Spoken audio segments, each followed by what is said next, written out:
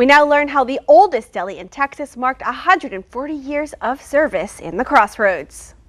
Coleslaw is the longest standing item on the Fossati's Delicatessen menu. There's a coleslaw recipe that my great-grandfather and great-uncle would make coleslaw. That's still on the menu. It's served on, we have a plate called the Dutch plate, and it's assorted meats and cheeses and breads and coleslaw, and you can make your own sandwich. It's a recipe that's older than most buildings in historic downtown Victoria, sustained by the bonds of the Fossati family. The history of the building and the business is very special to me and my family, and we're on the fourth generation of keeping it going, so we're hoping we can continue the legacy, and maybe the fifth generation of Fossatis, someone will step up. It's a large family, so there's got to be somebody out there. Frank Napoleon Fossati boarded a ship to New York to work as a stonecutter. And he and some of his buddies came through Ellis Island, and they lived in New York and worked in a stone yard, and then he moved down south to San Antonio and worked there. He had heard that they were going to build the state capitol in Texas, and they needed stone cutters because they were using limestone from the hill country to build the Capitol building. And when they got here, they were too early, and they hadn't even started construction, so he ended up working in various stone yards, and there was one in Victoria, and somehow he came down here and worked in that stone yard.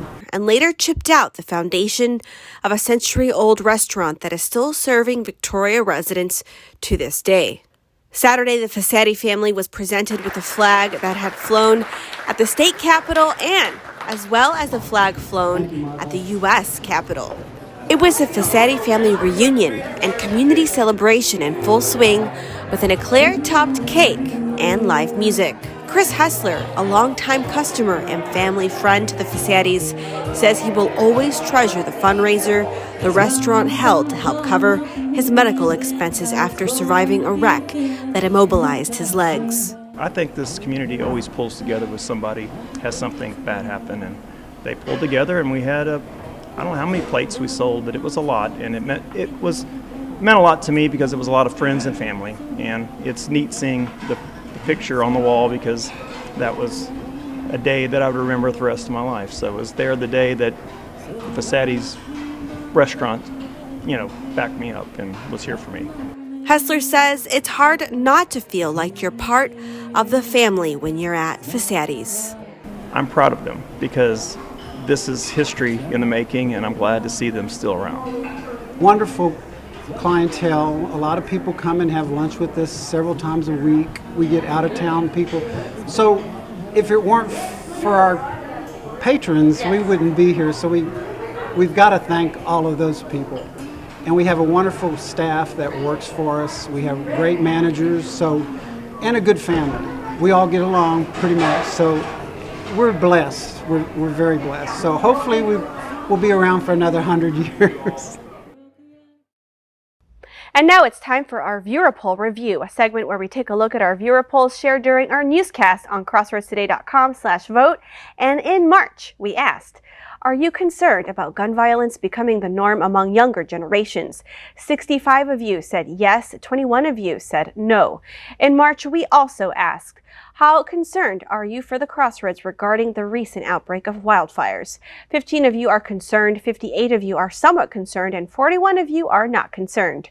In March, we also asked, have you ever eaten at Fossati's Delicatessen in downtown Victoria?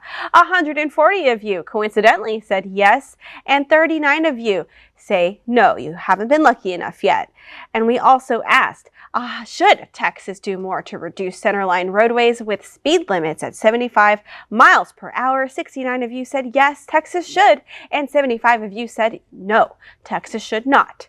Come to crossroadstoday.com/vote to take part in our viewer polls. And here's a look at what we're working on for you next week. We hear from Theater Victoria, Detar Hospital, and more. Thank you for joining us for Community Crossroads. If you have a story idea, email me at cstrain@victoriatelevision.com. And to learn more about today's guest, be sure to follow us on our YouTube at Crossroads Today. Have a great week.